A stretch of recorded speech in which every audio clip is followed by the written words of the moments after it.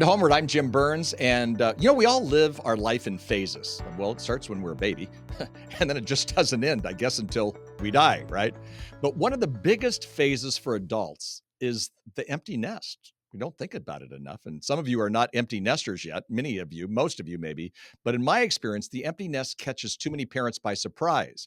And we're so busy and we're so focused on making life happen with our kids. And if we're married, our marriage, that the empty nest just kind of sneaks up on us. And for many, it's not a time of thriving, but a time of asking, what's next? What am I going to do with the rest of my life? Well, when I wrote the book, Finding Joy in the Empty Nest, I did a bunch of focus groups with people all over the country. And they were either in the empty nest or about to enter it. And you know what? One thing, they cried at every focus group. Somebody was crying because it was not easy for them. But I would say one of the number one things I found was that people did not prepare for the empty nest, and they experienced what I would call the empty nest syndrome. In fact, Kathy and I experienced that big time.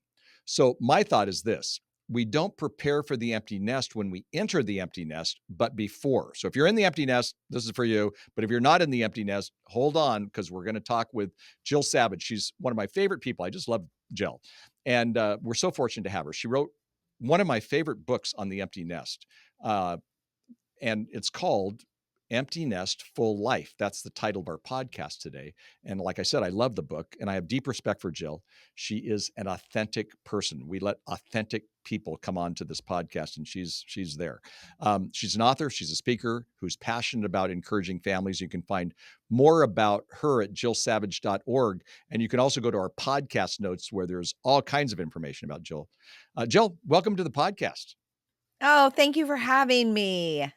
Well, it's great to be with you, and I still remember meeting some of your family at a conference that you used to do for women, in some place, in the Midwest, and I just went, wow, she could be our neighbor. I would love to have her as our neighbor, and Kathy, you'd love her, and on and on. So it's great to have you again, back and be together. You wrote a great book, like I said. I love the book on empty nest, and I mentioned that I don't think people prepare for it. And I love what you right at the beginning of the book, you said this phrase, the roller coaster of emotions, that they get into the empty nest and there's a roller coaster of emotions. Describe that for us. Yeah, well, there really is because I think that, my friend Kathy Lipp says we all fall into when it comes to the empty nest, we're either boo-hooers or woo-hooers. And Okay. I was a and woohooer and my wife was a boohooer, so that was a I problem. I'll just tell you that right now. see? Yeah, I know. And then I think though, even a lot of moms are both. Like Right. there is an excitement Yeah. to have a little bit more freedom than what you've had and all of that. But then I think the roller coaster happens when life keeps happening around you and your participation in it is different. Yeah. And for me, this is kind of funny because I started out a woohooer. We Yeah. have 5 children and they ranged almost 13 years apart. And so I was actively parenting for like 30 some years. So Yeah. you get ready, you get done with that and you're kind of like, wow, I'm kind of tired, right? And so I Right. was a woohooer at first. Our son got married. He graduated from college, got married at Christmas time. And so I would say January through August, January through July, I was a woohooer. Then August hit. Mm, Everybody's going back to mm, school. Everybody's buying back to school yeah. supplies. And I'm not. Yeah. And I was like, Right. whoa, wait a minute. I wasn't ready for this emotionally. I like back to school. Yeah. I like helping my kids get a fresh start and getting their school supplies and getting them all ready. I loved that piece. And so part of the roller coaster is like, suddenly doing life in a different way. I think it hits at the Yeah. holidays again. So there's another, oh, wait a minute, things are different now. And so I And think that's tradition, you part of the talked about reason it it, but is. traditions are different as well. You're kind of Oh, having to throw away some traditions and, start new traditions when they move out. yeah, exactly. And so one of the things I talk about in Empty Nestful Life is I talk about there are some things that we need to hold on to and there are things that we need to let go Yeah. of. Yeah. And one of those is the traditions for sure, Yeah. because, Yeah. they have to change. Right. Right. There is a lot of change at that time. You actually said in your book right at the beginning, and I just thought this was an incredible phrase. You said that one mom who had talked to you said that it felt like forced retirement with no celebration. I thought that was a Mhm. really great phrase. Hard, but that kind of describes what you've just been saying. Yeah. Yeah, it really is. Like, life is going to march on. And we either need to get on board with it, or we're gonna see it through a negative light. And so we don't wanna ignore the grief. The grief is real, so we Yeah. have to let ourselves grieve, and that Mhm. does look different for, husbands and wives. There's gonna be different things that they miss, the other one doesn't miss in the same way. So we have to let ourselves grieve, but we don't want to always be looking back, and that keeps us from being able to see what's in front of us and what the No, and possibilities absolutely. are. Yeah.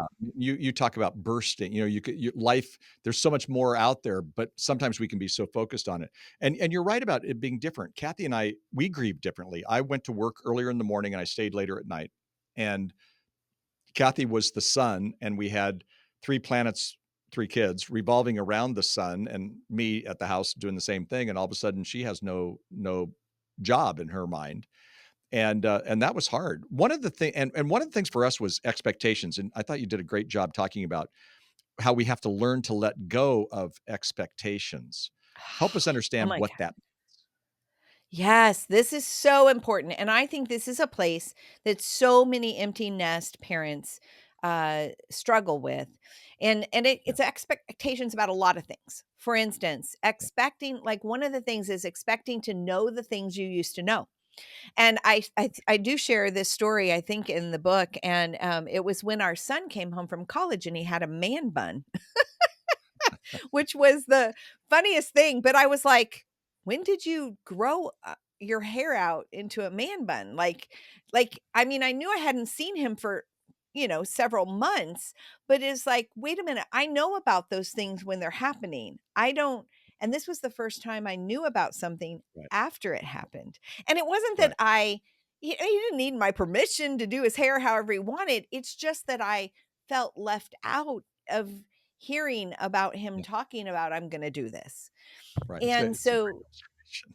yeah, I mean, and so I Tattoos, all kinds of it things. Yeah, yes, all of those things. So I right, really had to change that. I'm not I can't have an expectation. I'm not gonna know things in the same way I used to.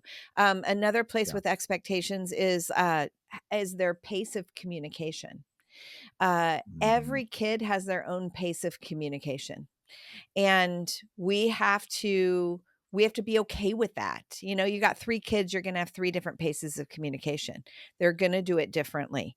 Even just as of last night. So we have one son that lives in Australia, and, mhm, we don't get to talk to him very often. I interact with him on Instagram or, other social media, but we don't talk real often. Just the time change, it's challenging, and I yeah, mean, it literally took us, I think, a month to figure out when it would dovetail the right time for him and us at the same time.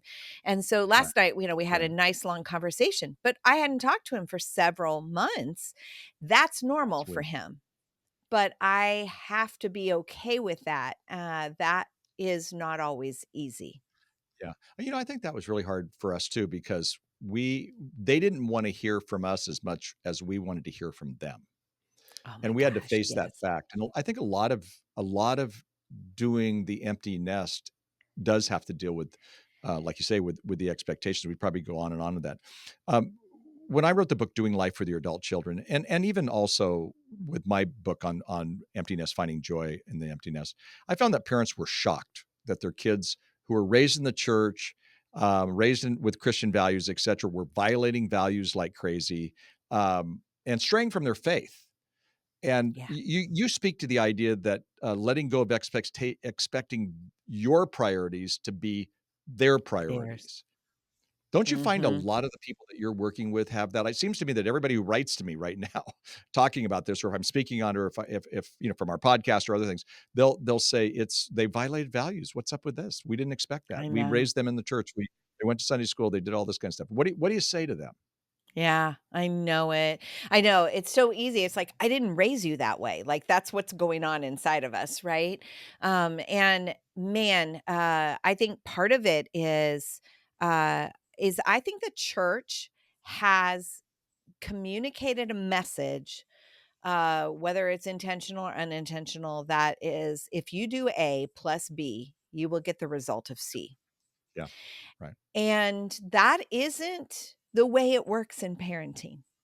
If right, you do right. A plus B, you are increasing the likelihood of the result Yeah, of C. yeah, But yeah. there's no promise that that is going to Right, happen. And even in Proverbs, where it says, train up a child in the way he will go. When he is old, he will not depart from it. Well, A, we don't know the space of time there. We also don't, that is not a promise, it's a precept. And it's so good. saying, hey, if your child knows true north, it's going to be easier for them to either stay on true north or return to true north. But it's very Yeah, possible that they will wander for a little while and they get to make yeah. their own choices now. Right, right. And I think parents have to make sure that they have people around them who can help them. You in your book, and I want to talk about this in a moment, but not right now, on friendships. But we need people around us to kind of help us walk through that, because I think it comes as shock to us that wait, we did A plus B, and so of course it's going to equal C.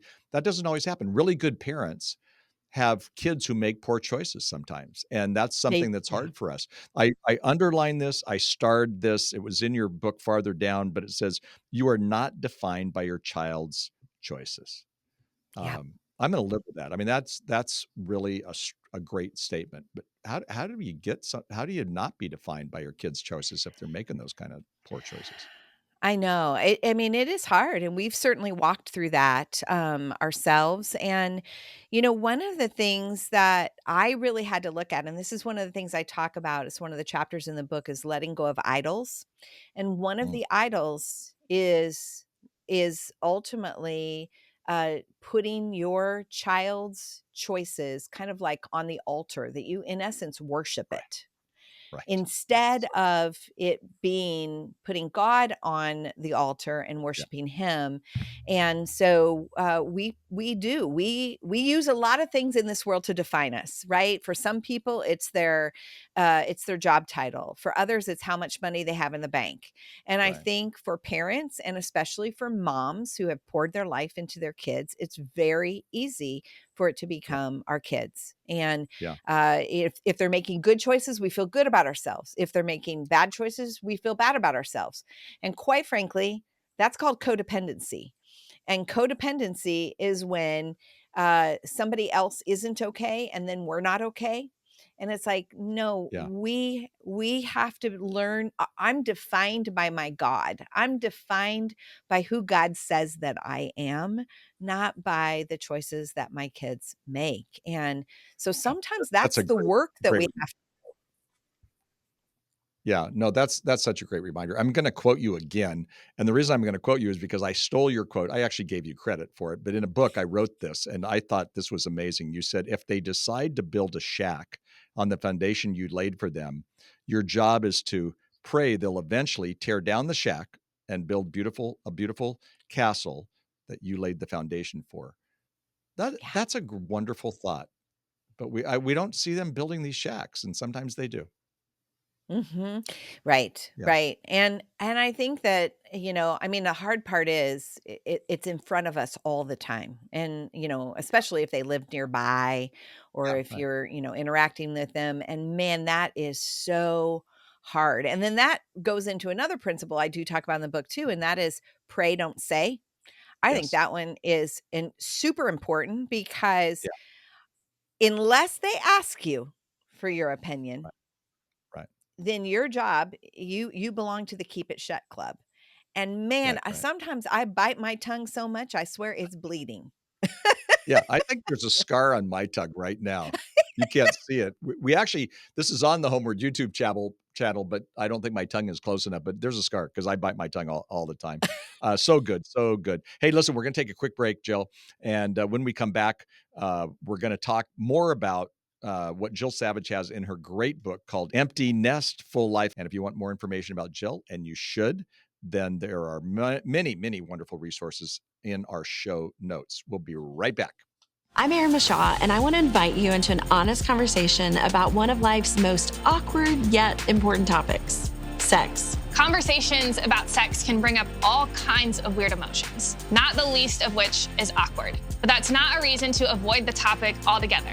So, if everybody's doing it, then what's the big deal? Where do you go with your questions? There are lots of voices telling you who you are, how to dress, what to think, how to feel. So how do we know what to listen to? Who can we trust to guide us? When we treat others with radical respect, we honor God, we make our lives and relationships better, and we reflect God's love to the world all around us. Now, I know you might be thinking, what? I don't need guardrails. I have good intentions, but what if intention isn't enough? And as you think about the path from where you are now to where you want to be, who are the friends that can help you get there? You'll hear personal stories, helpful advice, and truth from the Bible about how to make wise choices when it comes to love, sex, and dating. Imagine being able to look back on this stage of your life without regrets about the way you handled relationships. You're not going to get there by accident. You're going to have to decide in advance what guardrails to put in place to get to where you want to be. Join us for a student's guide to sexual integrity.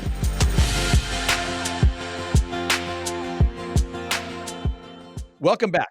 We're talking with Jill Savage on the topic of empty nest, full life. And Jill, so good to have you again, like I said, on the show. You suggest people grab onto new passions. They're in the empty nest. They have to go through this grief. But a lot of times people just get stuck. And, if their kids are having new and fresh experiences, then they probably should follow their lead. Talk about going and finding some of those new passions. Yeah. Well, sometimes it's a renewed passion, right? Because it's a passion that maybe you enjoyed before and you had to let go of. I can remember years ago when I was a late teenager, in my late teens. I loved musical theater, and I remember I did this show, and there was a mom there. I can still see her, and her kids were grown, and she was doing her first show in like 20 years. And it was a passion for her, but she couldn't do while she was raising her kids. And now she was doing community theater again.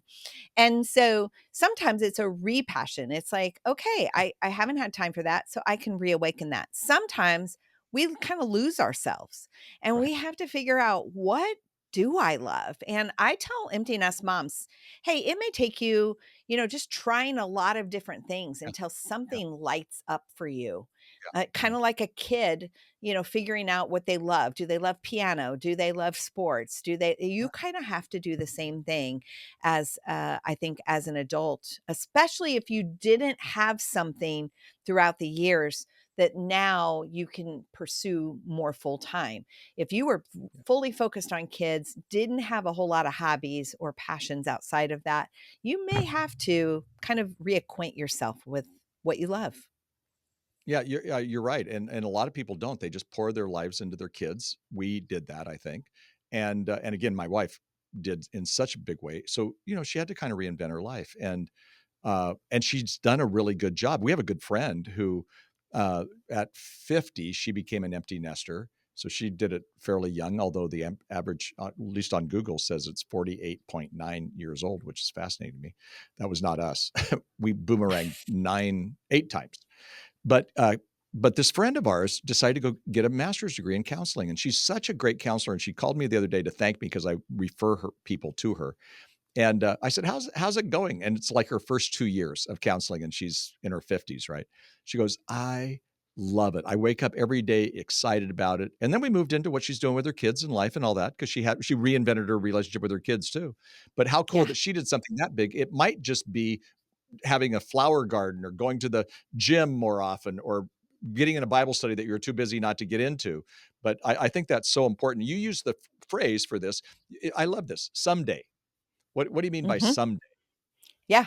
Well, I asked my because, a lot of times we do say, "Someday I'd like to. Someday I'd like Yeah. to do this." And Yeah. it's like, what is your someday?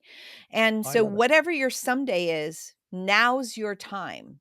You have Yeah. there's a reason you said someday because you had the focus of raising your family and they're now raised.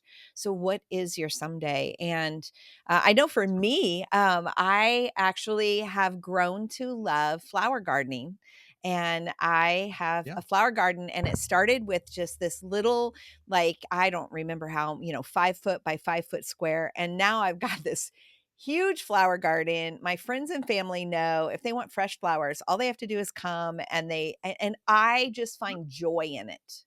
I find Yeah. joy in having Yeah. fresh flowers in my house. I find joy in being able to share it with other people. And so we got to It's neat. find those things that we find joy in, Yeah. and then allow ourselves to do them. Yeah. No, what I hear you saying is, yeah, find your someday. That's really good. If I ask Kathy what her someday is, I'm afraid she's going to say, someday I want to go back to Italy, and it's going to cost me some money. But anyway, I get it. I mean, I love that. And I love the simple illustration of, you starting with a garden in a small way and then it growing and you finding joy in it. We need to find that. That's what we must do. Hey, I want to talk about friendships. Somebody once said to me, I was on our focus groups on empty nest. I talked about friendships, and a woman said, I found my best friends after 50. And she goes, I never thought that Mm, was going to be the case. But the mhm. importance of friendships when you're in the empty nest. Speak to that. Yeah. Well, I think that when our kids are growing up, we often have what I call bleacher butt friends. Yeah. And they Yeah. are the friends that we sat on the bleachers Yeah. with at Right. the ball Right. games, or, Yeah. in the audience for the musicals or whatever it was. Yeah. And they feel like real friendships until we don't have that thing pulling us together anymore, right? And then Yeah. I think we often feel a little lost because we're just like, "Oh my gosh, I thought I had friends and maybe I really don't." And so we have to then begin the process of maybe forming new friendships, reigniting Right. friendships, moving from the bleacher. Yes. But Love. maybe there's somebody that you really loved and you miss them, so you invite Yeah. them out for coffee, and then you invite again, and before you know it, you're building a true friendship, not a convenient Right. one, where you were sitting Yeah. at the same ball game together. And so Yeah. I would agree. I think the biggest reason that sometimes we can have our best friendships in the empty nest season is because we have time. We have Yeah. We time. do. We really do have more time. We're going to we're going to fill it up. We're going to fill up life, but we need to be more intentional about filling up our life. And friendships is a key factor. And again, I love that you said convenient, because when Kathy and I realized we're in the empty nest, you were talking at the beginning of our conversation about the fact that, it hit you at school when school started. And Mhm. you're like, wow, I'm back to school stuff. It's all gone. We were sitting in our kitchen. We lived pretty near the high school that my kids went to. And all of a sudden the football game comes on, and we had been to 9 years of football games. Now I have girls, but they were cheerleader types. So we went to the Yeah. games. They made me, Jill, they made me sit in the cheer section too. That was rough, but I did it as a dad who loved them, instead of, in the football section. But anyway, we looked at each other and we said, we're going to miss this. And I would complain about it sometimes, going, I can't believe this is like the ninth game we've been to in 9 weeks or something. And then we missed it. And I even said to Yep. her, should we go to the second half? And Kathy was like, no, let's do something together. Here we go. We did But our it is, time. yeah, we did our time, but we lost a group of friendships. I mean, luckily, because we were so involved in the church, some of our deeper friendships were involved in our church. And for people Yeah. who don't have that relationship with church, that's one of the, and my heart breaks for some of the millennials, and now coming on to Gen Zs, but mainly millennials, who, if they've left the church, one of the things that they're now saying is, we miss community. We miss the Yeah. community. Um, they have other issues, and some are being deconstructed on. But what they miss is the community. And that's what we Mhm. we missed some of the community with the bleacher butt. I'm going to use your phrase now. I love that. But we found that community within our church, and I really recommend that to so many people. I want to talk just for a moment about marriage, because a lot of people say that when they entered the empty nest, they had many things kind of thrown under the mat. They hadn't dealt with marriage issues. They were too busy. I mean, they had teenagers. They were driving them everywhere and, going to all their things. All of a sudden they look at each other. They are alone. They're sitting at the table and they're like, what in the world am I going to do with the rest of my life? I'm not even sure I know you, let alone like you. Yeah. And I know there's a lot of single empty nesters, and I don't think we do that justice either, because there's a lot of people who have two losses. It was the loss of a spouse, either by divorce or death, and then the loss of a child, which is a different kind of a relationship when you're single. But I Yeah. want you to speak for a minute about marriage. How do you enhance your marriage when you get into the empty nest? Yeah, you're right. Because what's happened is our kids have been a distraction to our marriage, and they've kept us busy, and they've been the connecting point in a marriage. Yeah, Like, that's good. we connect by going to the games together, or, dealing with the Mhm. kids together. And then suddenly we don't have to do that. And it's very easy to look across the table and go, who are you? I don't really know Yeah, who you are. And so we yeah, really have to, that is a place that's one of the grab hold ofs, grab hold, hold on to your marriage. You've got to learn how to begin to reignite it. It may be yeah. that there are some issues that rise to the top, and it's Yes. time to get a little bit of help. Mhm. You kind of put that on the back burner, and it's just time to get a little bit of help. And it's interesting. Mark and I, now work as marriage coaches. That's our Mhm. primary focus these days. And Mhm. I would say about 60% of the folks that we work with, either in our marriage coaching or who come to our marriage intensives, are Yeah, empty nest parents yeah, who great. are recognizing that things are not where they thought they were. They're recognizing they really don't know each other. And Yeah, so, but they're like, we need help. We need help. We want to go the long haul. We want to, have a long marriage. But right now, there's some things that have risen to the top, and we need help. And good for them. So that's one part, is get help. The second part, I would say, is create some rhythms of connection in your marriage. And so so good. maybe that is a So good. weekly date night. And yes, I understand you only spend time with each other, possibly, but to take time to go out, to take time to do fun things Yeah. together, to take Uh, time to find some hobbies. That's going to be important. Yeah. So good. And by the way, we'll have that information on Jill's ministry with those kinds of marriage experiences, her coaching, on our podcast notes. So make sure you go to that. So good. I can't believe that time is up. This is so great. And by the way, I really appreciate that you're helping empty nest marriages. So needed. I speak on a regular basis at uh, uh, something called Wind Shape, which is Chick-fil-A's big conference center, and they sell out 6 to 8 months ahead of time for one of our conferences called Empty Nest Success, and it just amazes me. But there's a lot of people who are kind of hurting there. So, listen, Yep. Jill, thank you so much for being with us, and I appreciate you. I appreciate all the resources, and again, I encourage our people to take a look at all things Jill Savage at jillsavage.org. Jill, thanks for being with us. Thank you for having me. Okay. Now, before we leave, I want to talk for just a moment to you before we close it off. And I want to talk kind of continuing on a couple of thoughts with this whole idea of empty nest. People who do best in the empty nest, that almost sounds like a rhyme. I didn't try to do that. They embrace kind of a new normal. And that's what Jill was talking about. I love this quote. This could be your finest hour. To let go when you want to hold on requires utmost generosity and love. Only parents are capable of such painful greatness. I love how Gunnar, I'm not sure how you pronounce his name, but Gunnar says that, famous parenting expert. I want to give you 5 quick points to move forward. Number 1 is remember that your children haven't left your life. They just need a reinvention of it. And as you reinvent the relationship, number 2, with your adult children, avoid leaning on your adult children for emotional support. That's hard for some of us, right? But they're not your major emotional supports. Like what Jill was just talking about. We need friendships. We need people around us to do that work. That's not their job. Number 3 is work out flexible ways to stay in touch. Jill was talking about her son being in Australia, and that's hard. And you got to figure out flexible ways. So, maybe you make appointments. There's people who do, if their kids are local, they do something on Sunday nights where they have a fun game night or whatever it might be. Other times it's, every once a month, whatever it is, but work out flexible ways to stay in touch.